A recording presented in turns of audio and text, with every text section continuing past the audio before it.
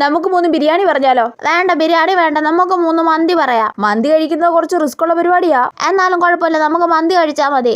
എന്നാ ഓക്കെ ചേട്ടാ 3 മന്തി. എടി, മന്തി വന്ന സ്ഥിതിക്ക് നമുക്ക് എടുത്തു വെക്കാൻ തുടങ്ങിയാലോ? തുടങ്ങാം. ആദ്യം കുരുമുളക് എടുത്തു വെക്കാം. ഓക്കെ. 1 കുരുമുളക്, 2 കുരുമുളക്, 3 കുരുമുളക്, 4, 5, 6. ഇനി നമുക്ക് മല്ലി മാറ്റി വെക്കാം. ഓക്കെ. 1, 2, 3, 4, 5, 6, 7. മല്ലി കുറെ ഉണ്ടല്ലോ. ആണെന്നേ. ഇനി കറുവപ്പട്ട. ഓക്കെ.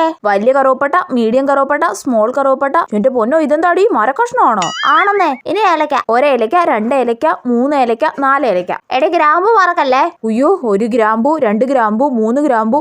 അങ്ങനെ എല്ലാം കഴിഞ്ഞ്. എന്നാ പിന്നെ നമുക്ക് എതിർന്നാ തുടങ്ങിയാലോ? ഓക്കെ.